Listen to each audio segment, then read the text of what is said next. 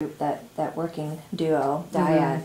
Yeah, that was really so rich to see guided practice really happening. You know, we talk about it all the time in our lessons, but that was, you modeled first exactly what was supposed to be done in the different options, and then like Lizzie said, you had high expectations that they would be able to do it, and you were right there for the one last pair that was just standing there looking at each other. You know, everyone got started, and you were right there to support them and ask them the questions that they needed to make their decision. And once they chose, they were very successful doing the circle patterns together. Yes, they were.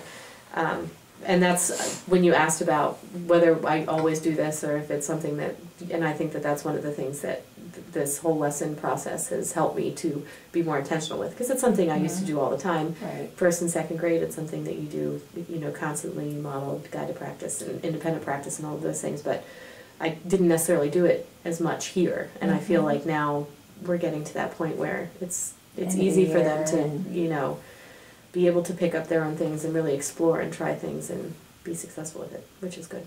It is. It's really nice to add that beautiful. And both of you mentioned, and I see you take data